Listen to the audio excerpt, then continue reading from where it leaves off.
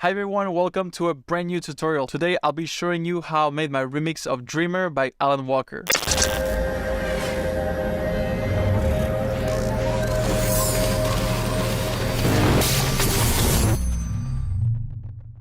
So last month, NCS emailed me if I wanted to remix Dreamer by Alan Walker, and as soon as I heard the original, I got inspired right away. I wanted to give a big shout out to NCS and Alan Walker for the support on this remix. And now without further ado, let's dive into the session. Alright guys, so welcome to the full session of my Dreamer remix. As you can see, I've pretty much done everything in the same session, including the mastering. Before we dive into the session, I wanted to give you a little bit of backstory on how I got started and the ideas I had for the remix. So since the original was pretty chill and more on the housey side, I think at around 125 BPM, I wanted to remix it and make a festival version, or at least a festival friendly version. And so I decided to speed up the BPM from 120, 125 to 150. Also, since the original didn't have any vocals, I really wanted to put the emphasis obviously on the main melody, the main hook, and also I ended up adding some vocal chants. And so now having that in mind, let's start with the intro and the breakdown.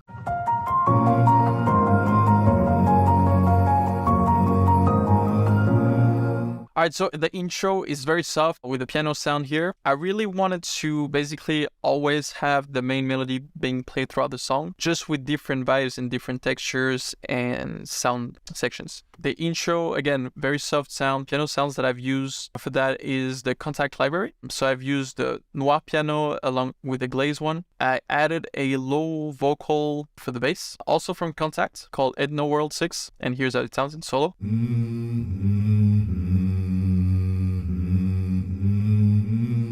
So yeah, for this remix, I really wanted to have a cinematic vibe and also being able to showcase my new signature sound. So I kind of blended everything together. After this piano section, we have the main orchestral part.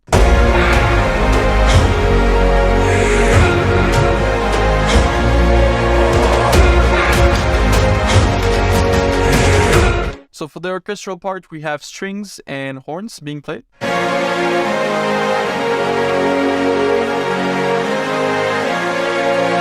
So again, a lot of Contact libraries. I love using the Symphony series. Actually, I've upgraded Contact to, I believe, Contact 14, I think it was last year. And a lot of the new libraries that they've integrated into that upgrade are amazing, especially for orchestral sounds. I've also used the Nexus for this part. Nexus has some cool orchestral sounds. I wouldn't recommend it necessarily if you're looking for like a realistic sounding with a lot of dynamics, especially with like soft sounds for like orchestral score music and stuff like that. But for EDM, it's actually perfect because it has less dynamic, and so since it's like more compressed, it actually blends in better with this style of music. Then we have some other low voices here for the bass. Then I added some ambient sounds to fit it with the cinematic vibe. Then finally I added some orchestral drums.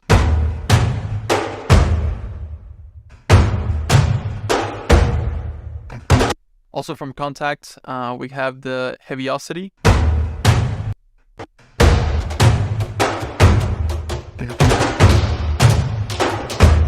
And all together, here's how it sounds.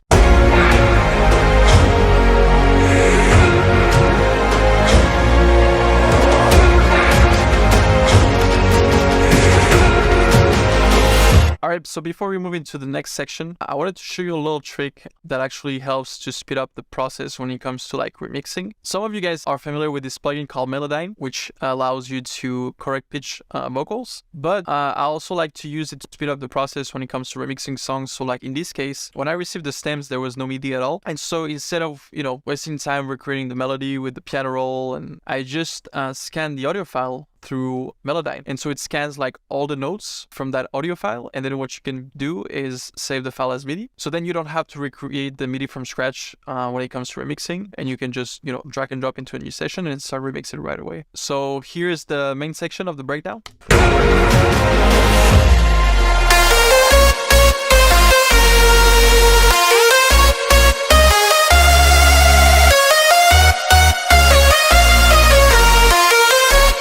Alright, so you've probably heard that reverse reverb thing.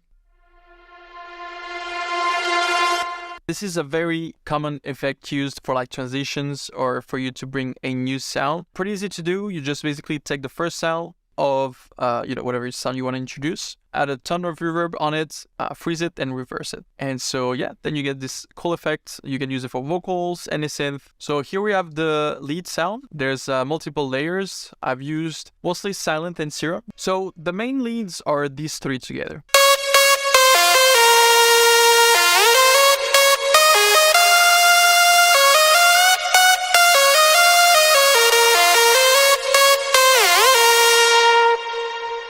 So once you have your main lead sound, in order to make it a little bit sound more unique, I like to add more textures that blend in well, but also add some emphasis with like total different texture that just plays certain notes of the melody. So in this case, I added some vibrato layers, and on top of that, I added even more vibrato with another layer, but just playing that vibrato note, right? Just to show you, here's the lead sound with the vibrato. But since I wanted to accentuate that last note, I added another synth that would just play that note with the vibrato to the max. And here are the other.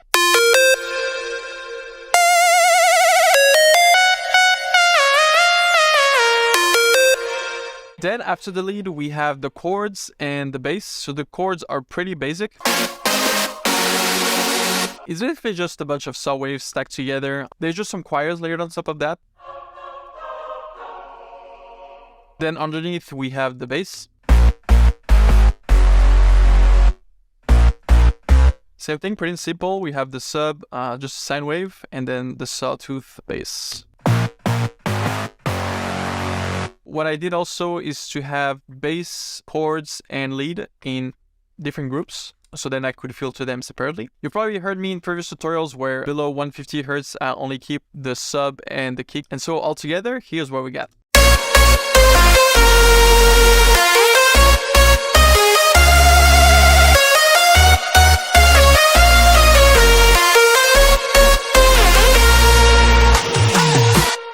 Alright, so now moving on to the build-up. So on the build-up, that's when I introduced the actual vocal. So it was actually pretty cool because I was scrolling through Splice and I found this vocal chant from the Kashmir sample pack that I thought would blend in perfectly just because it's, an ethnical type of sound, but also because the melody of the chants actually fits pretty well with the melody of the song. They're like very, very similar. So here's how it sounds.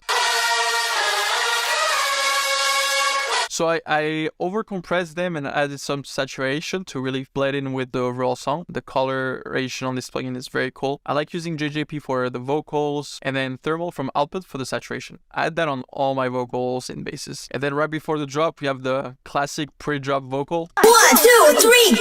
Alright, so now let's move into the drop, which is the main part of the song. And so what I ended up doing for this part is to loop just one part of the melody and bring back the end of the melody just at the end of the actual loop, right? Alright, so now let me show it to you and break it down. So let's start with the drums. After the drums, we have the sub bass.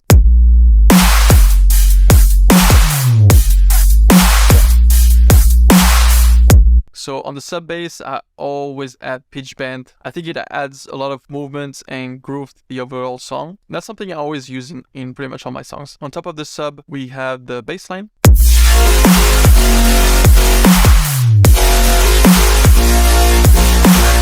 So for this bass line, we have multiple layers. There is also a filter automation. It starts with a high pass. The reason why I added that is to have the other sound, especially the web sound at the beginning, to really stand out. And also I thought it would be a cool effect to add. The particular thing about this bass sound plugin that I used that really make it a little bit different and really stand out was the Resonator. It's a plugin that has been used a lot in color bass. It's also a very nice plugin to use in dubstep because there's so many like dubstep sound like wubs and stuff like that don't really have any pitch to it because they just sound like metallic and it's just like noises. And this helps actually add a tone to it, right? By bringing the frequencies related to a pitch all up, right? So you can pick the key of your choice. And so on this case, I just added to the bass and here's how it sounds.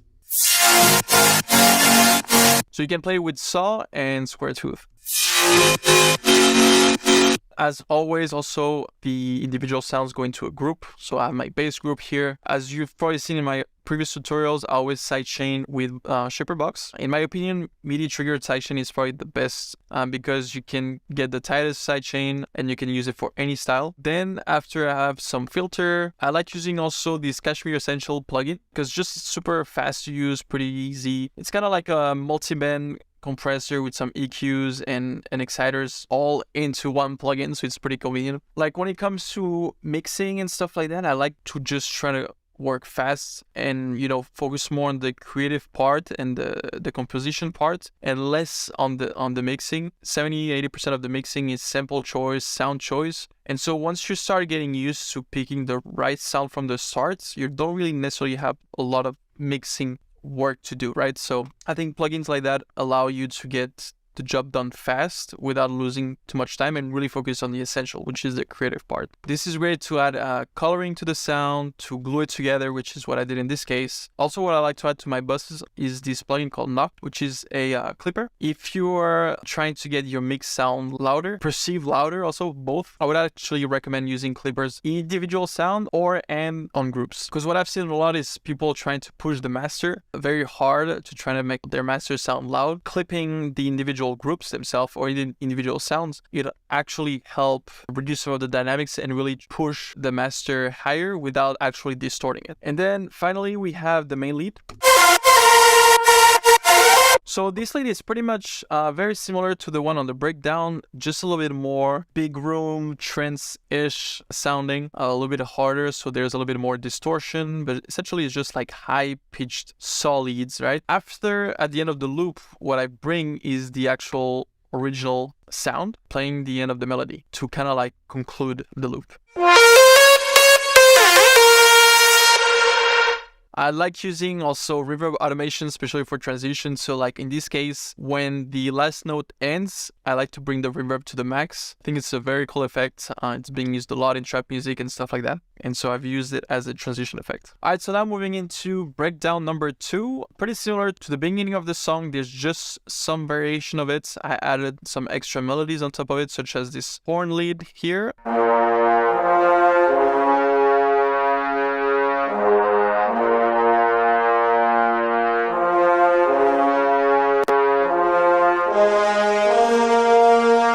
Then there's a couple of more resounds.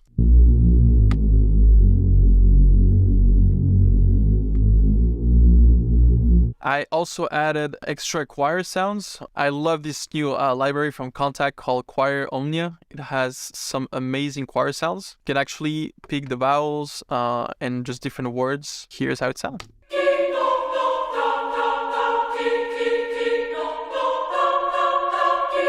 And then finally, I added some staccato strings right here with Nexus and Contact again.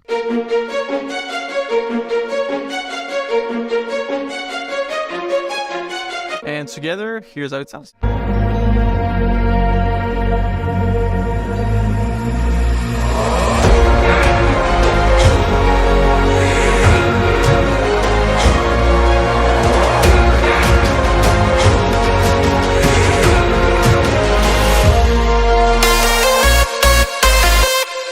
Alright, so now let's move into the last part of the song, which is drop number 2. Alright, so for this one, I wanted to bring that surprise element into the song. And so that's why I totally switched it up from the melodic dubstep part and introduced some psytrance stuff to really try to like surprise the listener. And also because I thought it would fit perfectly with the festival vibe that I was going for. So first we have obviously the kick and the bass.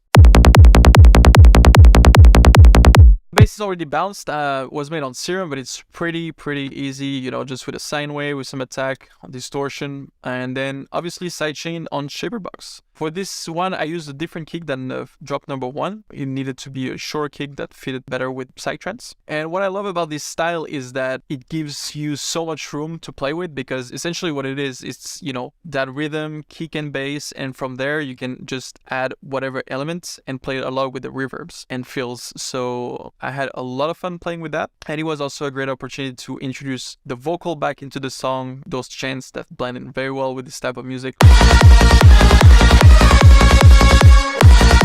We have some other effects.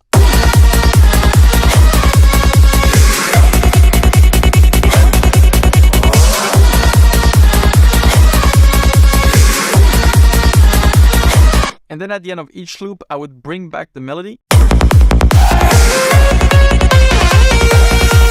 And there you go, pretty simple. What I love about it is that its minimal aspects of this style really helps bring that element of surprise at 150. And at the end of this, I added the whole melody back, so I had to change, obviously, the bass.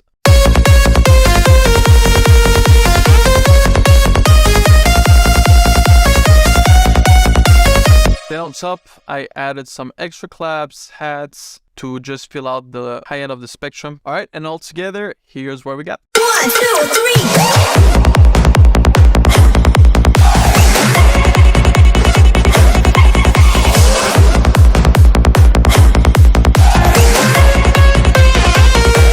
Alright guys, this is it. I hope you enjoyed this walkthrough video for my remix of Dreamer by Alan Walker. If you have any questions about this remix, make sure to drop them below. Also make sure to join my Discord server if you want to learn more about mixing or music production, or simply if you just want to chat. I know a lot of you have been asking me if it's available on Spotify or Apple Music, but the remix is only available on YouTube, on my channel, and on No Copyright Sounds. Maybe in the future it will be available on all platforms, so I'll keep you posted. If you haven't heard the full version yet, make sure you go check it out, go listen, go stream it, and I hope to see you next time for another video.